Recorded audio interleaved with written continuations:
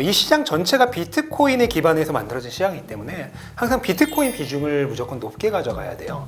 그래서 본인이 얼마나 공격적이냐 보수적이냐에 따라서 달라지겠지만 아무리 공격적인 분이시라 하더라도 비트코인이 무조건 절반 이상은 있어야 된다. 그러니까 50%는 무조건 있어야 되고, 사실 일반인들이 좋은 알트코인을 고를 수 있는 방법은 거의 없습니다.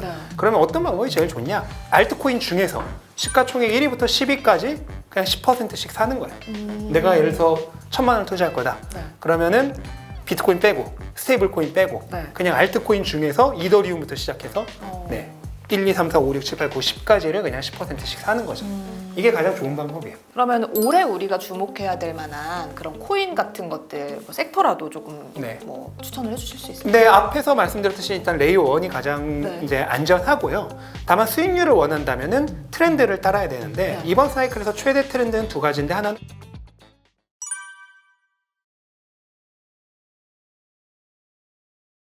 네, 시청자 여러분 안녕하세요. 도너리 박지입니다.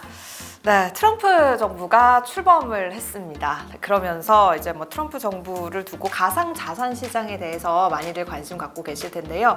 그 변화도 어마어마해서 여러분 전문가의 도움 그리고 조언이 어느 때보다 필요한 시점이 아닐까라는 생각이 듭니다. 자, 그래서 저희 오늘은요, 유튜브 멘탈이 전부다 채널을 운영하고 계신 신민철 작가님을 모시고 관련된 이야기 나눠보도록 하겠습니다. 작가님 안녕하세요. 안녕하세요. 네, 반갑습니다.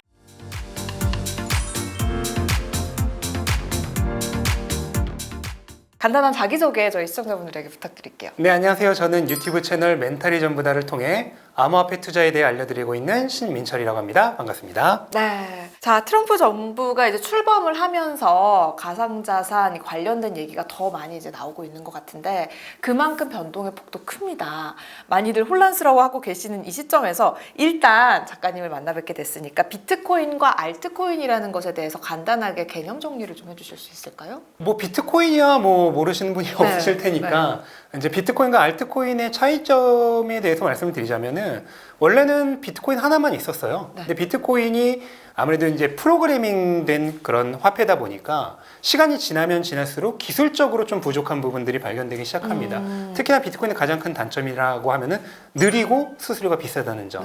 이게 이제 문제가 되면서 이거를 우리가 정말 인터넷 머니로 사용하기 위해서는 더 빠르고 수수료가 낮은 통화가 필요하다라는 그런 합의들이 나오면서 등장한 게 이더리움이고요.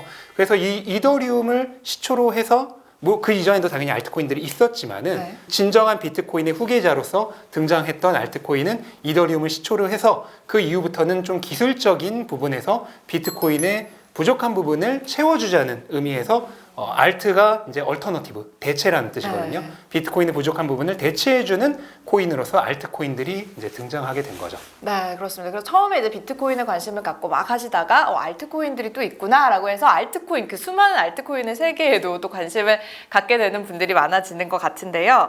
일단 이게 투자는 뭐 사이클이 있다 이런 얘기를 하잖아요. 비트코인과 알트코인도 그 사이클을 잘 맞추면 정말 큰 돈을 벌 수 있지 않을까 생각을 하실 것 같습니다. 그 비트코인의 사이클과 알트코인의 사이클 어떻게 다르며 지금 시점에는 둘 다 어떤 사이클이 지금 우리가 눈여겨봐야 될지 그런 부분 설명해 주시면 좋을 것 같아요. 네, 비트코인은 반감기라고 해서 4년마다 한 번씩 공급량이 절반으로 줄어드는 그런 프로그래밍 설정이 있어요. 그러면 수요가 동일하다는 전제하에 공급이 줄어들면 당연히 가격은 오르기가 쉽게 되겠죠. 그러면서 비트코인은 그 4년을 반감기를 맞춘 그 4년을 주기로 3년 동안 상승을 하고 1년 하락하는 이 패턴이 지금까지 계속해서 반복을 해왔습니다. 그리고 이번에도 똑같이 반복을 하고 있고요. 이번 사이클도 저는 시작할 때부터 과거에 그렇게 사이클이 계속 반복되어 왔기 때문에 이번에도 반복될 것이라고 말씀을 드렸었는데, 실제로 그 1년 차에서 비트코인이 150%가 올랐고요. 그 다음에 2년 차에서도 120%가 올랐습니다. 그리고 지금 3년 차니까 이제 상승의 마지막 해라고 보시면 돼요. 이게 끝나면 다시 하락하는 1년의 약세장이 있겠죠. 그러면 알트코인은 어떻게 되느냐? 알트코인은 기본적으로 비트코인을 대체하는 목적으로 나온 거잖아요. 그러다 보니까 비트코인 마치 바라기처럼, 비트코인이 태양이라고 하면은 그 태양 주변을 돌고 있는 행성들처럼 비트코인에 어떻게 보면 파생해서 사이클이 형성이 됩니다. 그래서 비트코인이 먼저 달리면은 그 다음에 한 박자 늦게 알트코인이 달리는 그런 특성이 있어요. 그래서 따라가는 특성이 있기 때문에 알트코인 사이클은 기본적으로는 비트코인 사이클과 동일하게 가되 약간 반박자에서 한 박자 정도 좀 뒤늦게 움직이는 그런 특성을 가지고 있다라고 보시면 될 것 같습니다. 그러면 비트코인의 사이클을 보면서 알트코인의 사이클도 같이 예측을 해보면서 그쵸. 우리가 네. 움직이면 좋을 것 같은데 이 작가님의 책 중에서 이제 알트코인 하이퍼 사이클이라는 책이 있습니다. 거기 보면은 우리가 좀 주목해야 될 만한 그런 알트코인들을 분류를 해놓으셨더라고요. 그래서 6가지로 분류를 해놓으셨는데 대표적인 알트코인에 대해서 좀 설명을 해주실까요? 네, 알트코인 종류를 제가 여러 개를 말씀드렸는데 그 중에서 가장 핵심이 되는 것은 사실 레이어 1 코인들이에요. 네. 이 레이어 1 코인들이라고 하는 것은 뭐냐면 뭐 기술적인 얘기는 길어지기 때문에 생략을 하고 말 그대로 정말 비트코인과 대등한 입장에서 겨룰 수 있는 그런 코인들이 이제 레이어 1 코인들입니다. 뭐 규모가 큰 코인들. 규모도 할까요? 크긴 하지만 네. 그 프로그래밍적으로 비트코인처럼 자기만의 독자적인 블록체인 네트워크를 가지고 있는 거예요.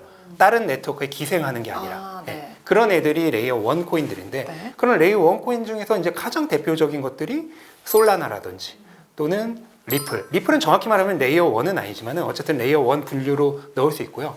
그래서 리플이라든지 또는 뭐 바이낸스 코인들. 이런 것들이 블록체인, 자기만의 독자적인 블록체인을 가지고 있는 코인들이에요. 그래서 이런 코인들이 규모도 크고 아무래도 다른 블록체인 네트워크에 기생하는 형태가 아니기 때문에 조금 더 다른 코인들보다는 그나마 가치를 조금 더 인정받을 수 있다. 그렇게 얘기할 수 있겠죠. 알트코인계의 대장이다 이렇게 그렇죠. 보면 될까요? 네, 특히 그 중에서도 지금 가장 인기를 끌고 있는 게 특히 한국에서는 리플이랑 솔라나인데요. 네. 실제로 이번 사이클에서 가장 그 퍼포먼스가 좋았던 코인들이에요. 그리고 앞으로도 저는 이번 사이클 끝까지는 이 두 개의 코인이 어떻게 보면 대장 역할을 할 거라고 생각을 하는데 그 가장 큰 이유가 트럼프가 취임하면서 SEC의 수장이 친암호화폐로 바뀌었죠. 네. 그러면서 규제적인 측면에서 많이 완화될 것을 지금 기대를 하고 있잖아요. 근데 이 리플과 솔라나가 기존의 게리 겐슬러 체제 하에 SEC에서 가장 고통을 받던 그런 코인들이에요. 규제적으로 이게 증권이다 뭐다 하면서 계속 시비를 거니까 그것 때문에 어떻게 보면 가격이 좀 하방 압력을 받고 있었다고 보면 되죠. 네. 근데 이제 기조가 완전히 바뀌었잖아요. 그럼 그 규제가 완화되게 된다면은 그 혜택을 가장 많이 받을 수 있는 코인들이죠. 또 특히 트럼프는 미국 중심이기 때문에 그런 여러 가지 규제를 압박을 받던 코인들 중에서도 미국 계열 코인들이 더 인기가 있을 수 있어요. 그런 예로 바이낸스 코인도 솔라나만큼이나 네. 기존의 SEC로부터 굉장히 공격을 많이 받았었는데 바이낸스는 미국 계열이 아니잖아요. 중국에 가까운 계열이라고 봐야 되기 때문에 그런 측면에서 솔라나 리플처럼 미국 계열의 레이어 1 코인들이 이제 한 1년 정도 남은 이번 사이클에서 가장 큰 활약을 보일 가능성이 높다라고 네. 보는 거죠. 솔라나와 리플 두 개를 네. 말씀해 주셨는데 보통 알트코인 하면은 이제 이더리움을 또 많이들 생각하실 것 같은데 이더리움은 그럼 어떻게 보세요? 이더리움은 사실 지난 사이클에서는 알트코인 대장이었어요. 네. 실제로 시가총액상으로는 여전히 2위고 가장 강력한 코인인데 조금 흐름이 바뀌었다고 보입니다. 가장 큰 이유가 뭐냐면은 결국 알트코인들의 문제이긴 한데요. 이더리움 자체가 비트코인의 기술적인 문제점을 좀 보완하기 위해서 나온 코인이잖아요. 근데 그 이더리움도 이제 10년이 됐어요. 그러면 어떤 문제가 생기냐면 걔보다 더 성능이 좋은 코인들이 나오는 거예요. 그 대표적인 예가 방금 말씀드린 솔라나예요. 네. 그러면 더 빠르고 더 수수료가 낮은 코인들이 나오면은 이더리움의 인기는 식을 수밖에 없겠죠. 그래서 지난 사이클에서 가장 이제 인기가 있었던 카테고리가 디파이나 메타버스, 네. 그 다음에 게임 블록체인이나 P2E라고 하는 이런 쪽들이 인기가 있었는데 네. 이런 쪽들이 전부 이더리움 네트워크 위에서 만들어졌었습니다. 어... 근데 이더리움이 너무 느리고 수수료가 비싸요. 저는 한 번 거래에 수수료를 10만 원 넘게도 지불해 봤거든요. 네. 그럼 내가 5만 원짜리를 거래하려고 하는데 수수료가 10만 원이면 말이 안 되잖아요. 복고더 크네요. 네. 그러니까 이거는 안 된다고 사람들이 판단을 한 거죠. 그러면서 솔라나처럼 싸고 빠른 네트워크로 가는 거예요. 그렇게 되면서 이더리움의 위상이 조금씩 무너지고 있다라고 보는데 다만 그렇다고 해서 저는 이더리움이 완전히 무너질 거라고 생각하지 않습니다. 이더리움은 분명히 10년이라는 어쨌든 블록체인 내에서는 오래된 역사가 있고 그 다음에 가장 장기간 시가총액 2위 자리를 지켰던 그런 어떻게 보면은 상품으로 치면은 금 다음에 은과 같은 네. 그런 역사가 있잖아요. 그런 역사를 결코 무시할 수는 없어요. 예를 들어서 어떤 큰 일이 발생했다고 했을 때 사람들이 솔라나는 나온 지 얼마 안 되기 때문에 믿을 수 없어 하더라도 이더리움은 그래도 오랜 시간 2위 자리를 지킨 코인이기 때문에 믿을 수 있다라고 생각할 수 있거든요. 그래서 그런 것들을 저는 완전히 무시할 수는 없다라고 봅니다. 그렇다면은 이제 그 작가님 책에 보면은 밈코인과 AI 코인에 대한 이야기도 있거든요. 이런 부분도 가치가 있다고 보시는 건데 이것도 설명 좀 같이 해주시죠. 그거는 제 네. 책에 정확히 적어놨지만 어떠한 가치도 없습니다. 아, 그래요? 가치가 없고 기본적으로 이제 알트코인에 대한 투자의 개념을 어떻게 잡으셔야 되냐면 비트코인의 파생에서 만들었다고 했잖아요. 비트코인의 파생 상품이에요. 근데 변동성이 훨씬 크니까 레버리지 파생 상품이죠. 네. 마치 뭐 한국인들 좋아하는 뭐 테슬라의 3배, ETF인 삼슬라 이런 것처럼 네. 비트코인의 레버리지 파생 상품이라고 보시면 됩니다. 그러니까 그 알트코인을 믿고 투자하는 게 아니에요. 비트코인 사이클이 비트코인이 가면 알트코인은 결국 간다. 라는 걸 믿고 레버리지 파생 상품으로서 투자를 하는 거죠. 네. 예를 들어 삼슬라를 투자하신 분이 그 삼슬라 자산운용사가 그걸 잘 운용할 거라는 걸 믿고 투자하는 건 아니잖아요. 그냥 테슬라가 가면 얘는 당연히 3배 그거에 간다. 라는 걸 믿고 투자를 하시는 거잖아요. 네. 그거랑 똑같은 개념이라고 보시면 돼요. 예. 그러면 AI나 밈코인보다는 이제 처음에 말씀하신 그쪽으로 투자 방향을 좀 잡아보는 게 더 좋을 거다. 그거는 이제 개인의 성향에 따라 달라지는데요. 네. 본인이 보수적이고 수익률보다는 그래도 어느 정도의 안정성을 원하시면 알트코인 중에서는 아까 말씀드린 레이어 1 코인들이 그나마 조금 더 안정적인 네. 이고, 예를 들어서 비트코인이 10% 하락할 때 솔라나 리플은 20% 정도만 하락하죠. 그런데 민코인이나 AI는 30%, 50% 하락합니다. 하루에도 50%가 하락할 수 있어요. 대신 그만큼 오를 수도 있는 그렇죠. 거죠. 그럴 수도 오를 수도 있는 거. 그러니까 본인의 성향에 따라 달라진 거예요. 나는 변동성 괜찮다, 견딜 수 있다. 나는 수익률이 훨씬 중요해. 라고 하시는 분들은 이제 AI나 민코인 같은 거를 눈여겨보실 수 있는 거죠. 그럼 작가님은 좀 골고루 투자를 하고 계실까요, 현재? 네, 저는 골고루 하고 있습니다. 그런 투자 방법을 이제 사실 그 작가님의 다른 영상에서도 조금씩 여러 개를 투자를 해서 맞아요. 평균치를 수익 맞아요. 낸다라고 그게 생각해라 핵심이에요. 이렇게 네. 말씀하시더라고요. 예, 이런 부분도 참고해보면 좋을 것 같고, 사실 이제 트럼프 당선 이후에 비트코인과 알트코인 더 주목을 받고 있다라고 계속해서 말씀을 드렸는데, 향후 이제 코인 관련 정책과 또 코인 시장의 변동 이런 것들은 어느 정도로 예측을 하시는지도 궁금합니다. 일단은 트럼프가 취임하면서 네. 조금 기대 이하였던 거는 사실이에요. 네, 첫날에 행정명령도 특히 비트코인 그 준비 법안, 네. 준비금 법안이죠. 그 부분에 관련해서 무언가 있을 거라고 예상을 했었는데 네. 아무것도 없었죠. 네. 그리고 그 비트코인 컨퍼런스에 나와서 본인이 취임을 하면은 비트코인은 전략적 준비 자산으로 삼고 지금 가지고 있는 비트코인 20만 개를 일절 팔지 않겠다 이런 것들 공약을 했잖아요. 네. 근데 그것도 지금 명확하게는 아직 안 돼 있는 상황이에요. 그렇게 좀 일단 취임 당시부터 좀 기대감이 많이 꺾이면서 트럼프가 취임한 딱 그쯤에서 비트코인 신고가를 또 찍었었는데 네. 그 이후로 다시 10만 달러 초중반으로 하락했던 이유가 취임하고 나서 아무것도 없었기 때문에. 그게 일단 1차적으로 있는 상황에서 지금 또 관세해가지고 관세 정쟁을 지금 일으키려고 하고 있죠. 그것 때문에 비트코인 가격이 다시 10만 달러 이하로까지 지금 영상 촬영하고 있는 이 시점에 떨어지고 있는데 네, 맞아요. 그런 여러 가지 측면에서, 그러니까 암호화폐적인 측면, 어떤 행정명령도 명확한 게 없었다. 그 다음에 거시경제적인 측면, 관세 정책으로 인플레이션이 불어나고 그 다음에 금리가 다시 오를 수도 있다 등등, 또는 뭐 경제가 더 망가질 수 있다, 이런 여러 가지 측면에서 현재까지는 좀 실망스러운 게 사실입니다. 하지만 저는 이번 사이클 전체로 봤을 때, 그러니까 올해 말까지 봤을 때는 결코 이런 상황이 오래 지속될 거라고 보진 않아요. 일단은 암호화폐적인 측면부터 말씀을 드리자면 트럼프는 지금 재무부 장관, 그 다음에 AI랑 암호화폐 고문, 차르라 그러죠. 그 다음에 SEC 의장까지 모든 사람들을 친암호화폐적인 인물로 넣었어요. 그거 자체가 이미 암호화폐 규제적으로 완화적인 그런 정책을 펼치겠다라고 하는 명백한 의도의 표시거든요. 그러니까 지금 당장은 뭐가 없더라도 저는 기조적으로 볼 때 암호화폐에 굉장히 우호적인 환경이 이번 정권 내에서 지속될 거라고 봅니다. 네. 그다음에 트럼프 본인 자신이 심지어 가족까지 함께 밈코인도 출시를 했잖아요. 네. 그런 상황에서 예를 들어서 밈코인은 사기다라고 절대 불가능하죠. 본인이 만들어 놓고. 트럼프 재단에서 네. 그러면 네. 사기를. 네. 그럼 말이 안 되잖아요. 그러니까 이거는 어떻게 보면은 이번 정권에서 무조건 암호화폐 친화적인 정권이 될 거다라는 걸 명명백백하게 밝힌 거예요. 네. 그렇기 때문에 결국은 저는 규제적으로, 환경적으로 비트코인에게 우호적인 환경이 앞으로 일어날 거라고 보고요. 지금 당장은 아니지만. 네. 그 다음에 이제 관세 정책이나 이런 것도 저는 지금 초반이기 때문에 약간 기세 잡기라고 저는 생각을 하고 있어요. 그러니까 아직도 여전히 협상용에 가깝다라고 하는 거죠. 네. 그래서 지난 1기 때보다 좀 더 강력한 건 사실인데 네. 1기 때 같은 경우에도 결국은 타협을 통해서 대부분의 관세가 중국을 제외하고는 그 원래 정했던 것보다는 요율이 낮아진다든지 또는 아예 취소가 된다든지 또는 쿼터제를 적용해서 이 정도 금액까지만 하고 그 이후부터는 없다든지 뭐 이런 여러 가지 방법들로 인해서 결국은 완화가 됐거든요. 저는 이번에도 똑같을 거라고 봅니다. 지금은 이제 취임 직후니까 약간 기세 잡기를 하는 거고 네. 결국 트럼프는 시장에 굉장히 우호적인 인물이기 때문에 만약 자신으로 인해서 시장이 막 무너지고 그 다음에 경제들이 안 좋아지고 이런 거를 굉장히 싫어하는 사람이고 또 정치 구단이잖아요. 네. 그러니까 분명히 본인이 원하는 것이 있고 그 원하는 것을 얻을 때까지만 행동을 하고 원하는 것을 어느 정도 얻고 나면은 이제 선을 다시 지킬 것이다. 네. 그렇게 보고 있기 때문에 저는 이게 장기화될 거라고 보지는 않아요.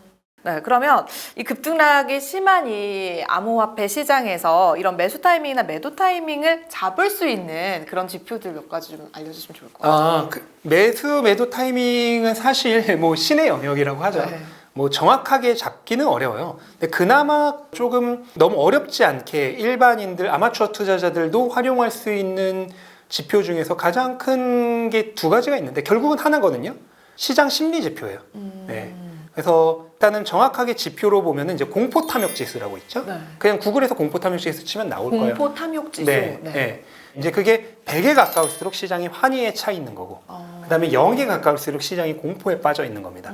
그래서 50을 기준으로 해서 그거보다 미치면은 이거는 사기 좋은 타이밍이다 라고 볼 수 있죠. 제가 아까 봤을 때는 한 50 이하 44인가? 그 정도였던 것 같은데 다만 이건 조건이 있어요. 네. 전반적으로 상승장에서 50 이하일 때가 사기 좋은 타이밍이에요. 근데 이제 문제는 하락장에서는 항상 50 이하이기 때문에 하락장에서는 그 믿을 게 못 되고요. 상승장에서 50 이하일 때. 네. 그리고 더 낮아. 예를 들어 30이나 20대까지 떨어진다. 그럼 정말 두 번 다시 없을 찬스인 거죠. 그러면은 그 공포 탐욕 지수. 네. 네, 그거를 그게 우리가 하나고 이제 나머지 하나 똑같은 건데 네. 이제 인간 지표라고 하죠. 인간 지표. 네, 네. 인간 심리 지표 좀 좋게 얘기하면은 네. 주변에서 보고 단톡방 같은 거 보고 사람들이 난리를 친다. 그러면 좋은 타이밍입니다.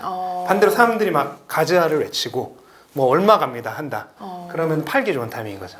그럼 관련된 기사의 댓글 같은 거에 그렇죠. 분위기 그것도 좀 참고를 봐도 좋을 것 하셔서 같고. 욕이 많을수록 사기 좋은 타이밍이고 네. 칭찬이 많을수록 팔기 좋은 타이밍이다. 또 이제 알트코인 말씀을 하셨는데 알트코인이 종류가 이제 워낙 너무 많다 보니까는 이 중에서 내가 어떤 거를 좀 골라야 될까 뭐 여러 가지를 산다고 하더라도 골라서 사야 되는 네. 거잖아요.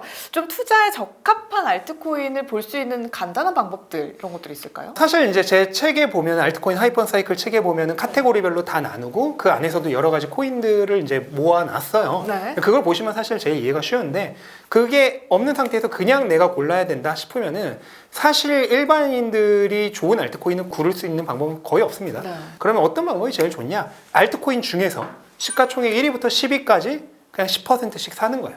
내가 예를 들어서 1,000만 원을 투자할 거다. 네. 그러면은 비트코인 빼고 스테이블 코인 빼고 네. 그냥 알트코인 중에서 이더리움부터 시작해서 네.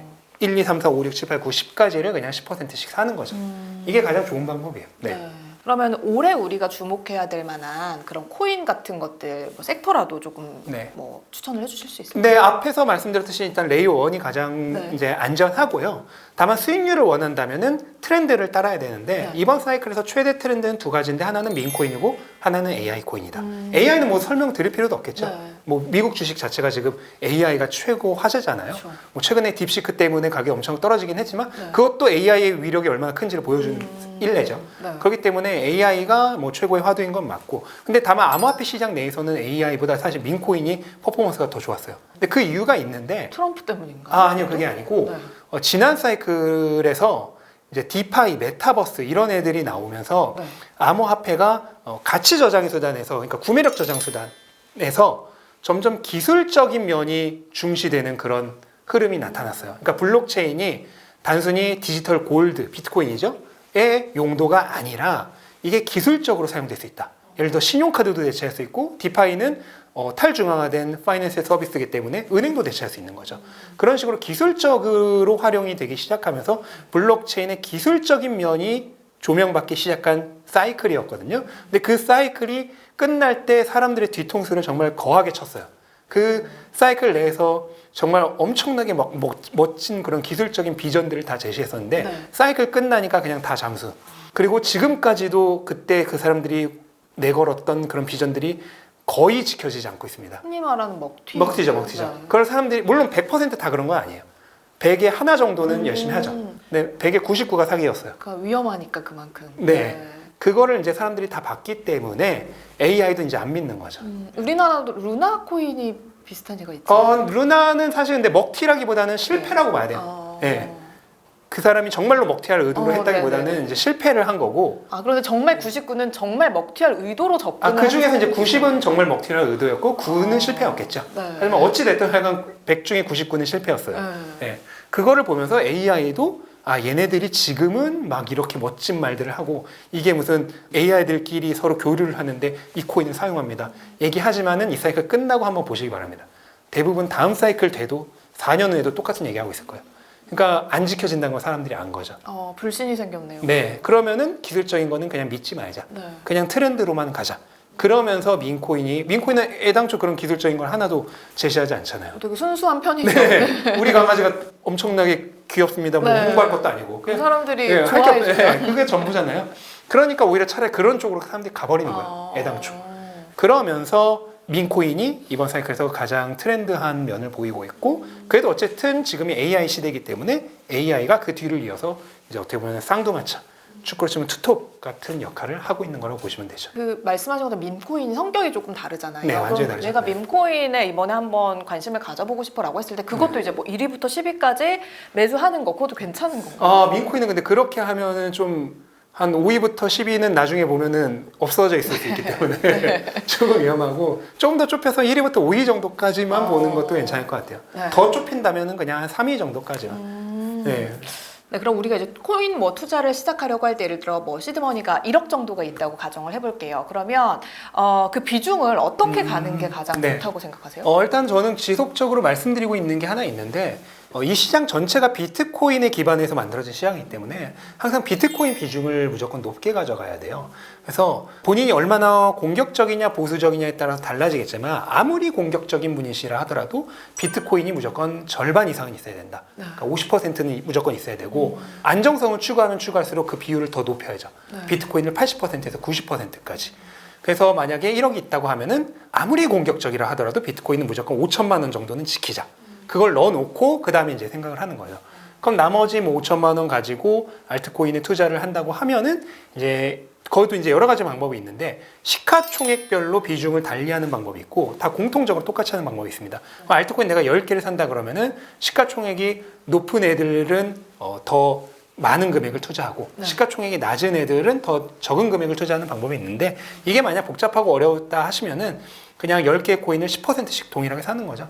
그래서 이더리움부터 뭐 솔라나, 바이낸스, 리플 이런 것들 쭉 가서 500만 원씩 그렇게 10개를 사면은 1억 원이 되겠죠. 네. 다만 여기서 다시 한번 말씀드리지만 비트코인 5천만 원만 사는 거는 최대한 공격적인 분의 얘기입니다. 내가 보수적이더라 하면 비트코인 80%는 넣어야 돼요. 그럼 8천만 원이 비트코인이고 네. 나머지 2천만 원 가지고 10개 알트코인을 200만 원씩 사면 되겠죠. 네. 근데 이게 사실 뭐 상승장이 왔을 때는 알트코인 이제 더 많이 상승을 하는 것도 사실이기도 하죠. 네, 맞습니다. 네, 네. 네. 그렇기 때문에 이제 뭐 욕심 같아서는 네. 알트코인을 더 많이 가져가고 싶어요. 네. 사실 제가 그렇습니다. 근데 이제 네. 여러분들 아셔야 될 게 비트코인은 어쨌든 어떤 일이 일어난다 하더라도 다음 사이클이 오면 다시 올라요. 그런데 알트코인은 어떤 일이 일어났을 때 사라질 수 있어요. 리플 같은 것들도 그래요. 리플도 지금 얼마 전에 전고점 잠깐 찍었지만은 그 7년 전 전고점이거든요. 다음 사이클에서는 이제 또 고점 못 갈 수도 있어요. 그런 것들이 있기 때문에 사실 사람이 살다 보면 무슨 일이든 일어날 수 있잖아요. 갑자기 경기 침체가 세게 올 수도 있는 거고 뭐 어디서 전쟁이 일어날 수도 있는 겁니다. 네. 그다음 트럼프비가 정말로 미친 척하고 그냥 관세 정책 아예 끝을 내보자 할 수도 있는 거고 그런 일들이 일어나게 되면은 사이클 전체가 그냥 뒤집어질 가능성도 당연한 얘기지만 제로가 아닙니다. 그런 일이 일어났을 때 비트코인은 어쨌든 다음 사이클까지 가져가면 돼요. 하지만 나머지는 어떻게 될지 몰라요. 그거를 생각한다면 아무리 공격적이라 하더라도 비트코인이 무조건 50% 있어야 된다고 하는 거죠. 이게 우리가 투자를 또 하다 보면 뭐 사이클이 끝날 수도 있고 상황이 또 바뀔 수도 있고 그렇잖아요. 그랬을 때 이제 우리가 리밸런싱을 하는 것들, 주식 투자에서는 그런 것들이 이제 뭐 많이들 익숙해져 있는데 코인 투자의 리밸런싱. 일단은 이 사이클이 지속된다는 전제하에서 말씀을 드린 거고요. 사이클이 끝날 때 알트코인은 무조건 다 팔아야 돼요. 그게 이제 사이클이 정상적으로 끝나는 경우가 있을 수 있고 무슨 블랙스완이 일어나서 중간에 끝나는 경우도 있을 수 있죠. 근데 어떤 일이 일어난다 하더라도 사이클이 끝났다 그러면 알트코인 일단 다 팔아야 돼요. 사이클이 끝났다는 신호는 우리가 네. 그 뭐 시기로 알 수도 있겠지만 갑자기 네. 끝나는 경우에는 우리가 어떻게 캐치를 해야 되나요? 그거는 뭐 블랙스완이 어느 정도로 발생했냐에 따라서 달라지기 때문에 네. 그거는 사실 명확한 기준은 없어요. 그러니까 사이클이 그냥 정상적으로 진행돼서 끝나는 거는 굉장히 많은 고점 지표들이 있거든요. 네. 그 고점 지표들을 보면서 판단을 할 수 있는데 이제 블랙스완에 의해서 끝나는 거는 사실 정확한 기준은 없습니다. 그거는 뭐 어느 시장이나 마찬가지죠. 네. 네, 그거는 정확한 기준은 없어요.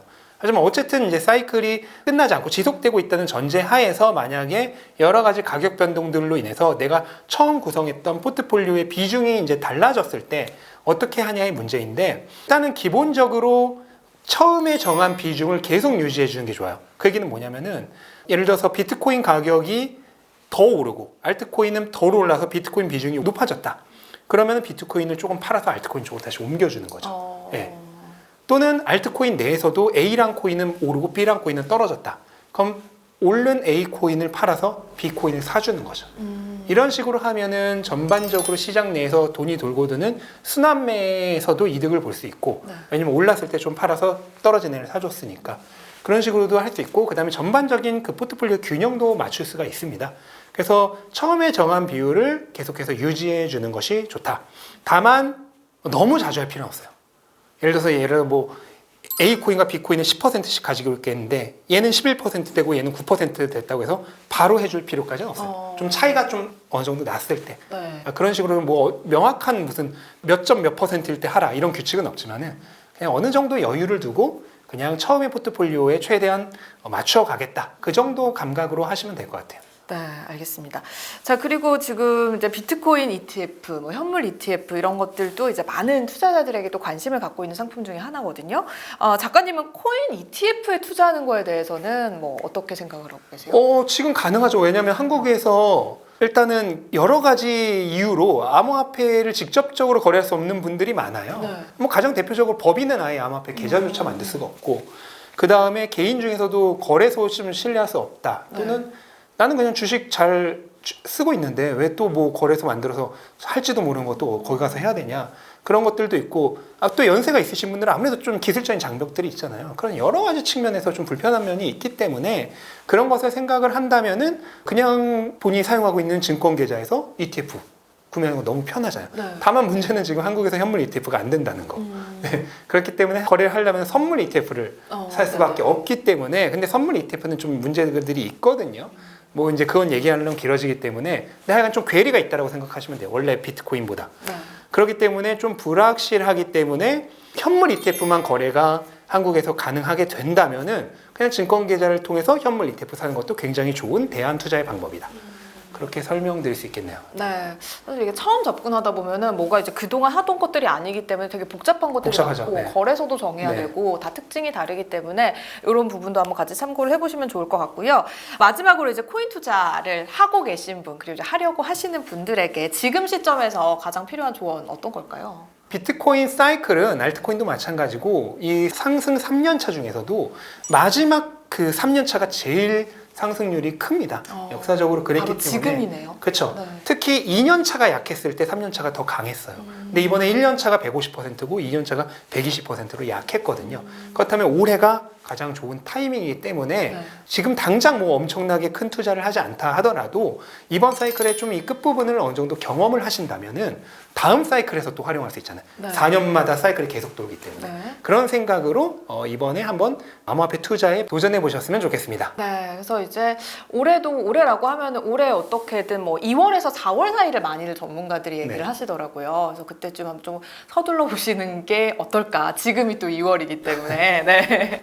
오늘 저희 신민철 작가님과 또 비트코인 그리고 알트코인에 관련돼서 굉장히 자세하게 이야기를 나눠봤는데, 알트코인이 워낙 이제 종류도 많고 내가 익숙하지 않은 거다 보니까 조금 한 발 뒤로 물러나 고 계셨던 분들께서는 오늘 영상을 통해서 다시 한번 또 자신감을 채워보시는 계기가 됐기를 바라겠습니다. 자, 멘탈이 전부다라는 유튜브 채널로 가시면 또 코인 관련된 더 자세한 정보 만나보실 수가 있고요. 신민철 작가님의 책들도 참고하시면 또 좋은 투자 정보라든지 투자 조언 같은 거 같이 얻으실 수가 있습니다. 자, 돈어리 오늘 그럼 여기서 마무리하고요. 저희는 다음 시간에 또 더 알찬 정보로 다시 찾아오도록 하겠습니다. 함께 해주신 신민철 작가님과 여기서 인사 나누겠습니다. 고맙습니다. 감사합니다.